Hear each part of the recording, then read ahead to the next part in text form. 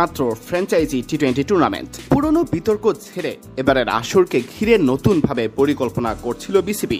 শুধু কি তাই, আয়োজনের দায়িত্ব নিতে যুক্ত হয়েছিল বিশ্বখ্যাত ইভেন্ট ম্যানেজমেন্ট প্রতিষ্ঠান আইএমজি। কিন্তু এখন সবকিছুই অনিশ্চয়তার মধ্যে। আসছে ডিসেম্বর জানুয়ারি অর্থাৎ টি-20 বিশ্বকাপের আগেই বিপিএল আয়োজনের বিশেষ পরিকল্পনা ছিল, কিন্তু হঠাৎ করেই জটিলতা, সময়ের অভাব দেখিয়ে বিপিএলে কাজ করতে অনিচ্ছা প্রকাশ করেছে আইএমজি। বিসিবির কাছে নিঃসন্দেহে বড় ধাক্কা, কারণ তাদের উপরই ছিল আসরটিকে নতুনভাবে উপস্থাপনের প্রত্যাশা। ডেইলি সানে বিপিএল গভর্নিং কাউন্সিলের সদস্য ইফতেখার মিঠু এ সংক্রান্ত ব্যাপারে বিস্তারিত ব্যাখ্যা করেছেন। তার ভাষায়, আমরা আইএমজির সাথে কথা বলেছি, তারা বলেছে সময় খুবই কম, তাই পুরোপুরি যুক্ত হওয়া কঠিন, তবে যতটা সম্ভব সহায়তা করতে তারা আগ্রহী। তবুও হাল ছাড়তে রাজি নয় বিসিবি।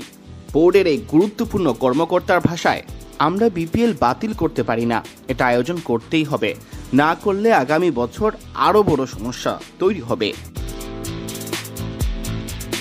বোর্ড ইতিমধ্যেই সিদ্ধান্ত নিয়েছে এবারের বিপিএল ডিসেম্বর জানুয়ারিতে অনুষ্ঠিত হবে, ঠিক টি-20 বিশ্বকাপের আগে। অনেক বিশেষ প্রস্তুতি, এমনকি সময় সীমিত হলেও বিসিবি চায় যে করেই হোক লিগটি মাঠে গড়াক, প্রয়োজনে ছোট পরিসরে দলের সংখ্যা কমিয়ে। খুব শীঘ্রই ফ্র্যাঞ্চাইজি মালিকদের কাছ থেকে আগ্রহপত্র সংগ্রহ করা হবে। অনেকেই ইতিমধ্যে আগ্রহ দেখিয়েছেন দল নিতে, তারপরই হবে দল বাছাই আর players draft.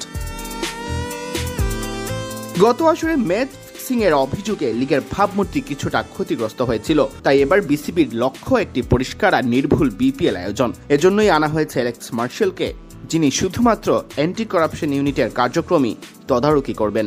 Bangladesh cricket board থেকে সাধারণ সমর্থক সবার চাওয়া একটাই, বিপিএল হোক বিতর্ক ছাড়া।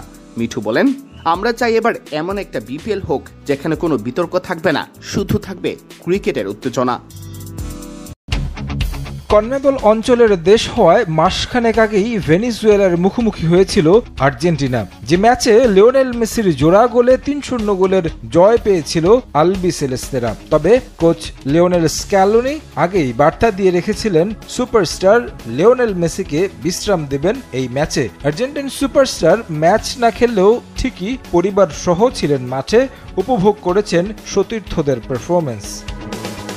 মায়ামির হার্ড রক স্টেডিয়ামে ভোরে ফিফা প্রীতি ম্যাচে মাঠে নামে দুই দল, যেখানে ভেনিজুয়েলার বিপক্ষে এক পেশে দাপটি ছিল আর্জেন্টিনার। তবে স্কোর লাইনের দিকে তাকালে তা হয়তো টের পাওয়া যাবে না। 77% বল দখলে রেখে 17টি শট নেয় আর্জেন্টিনা, যার 9টি ছিল লক্ষ্যে।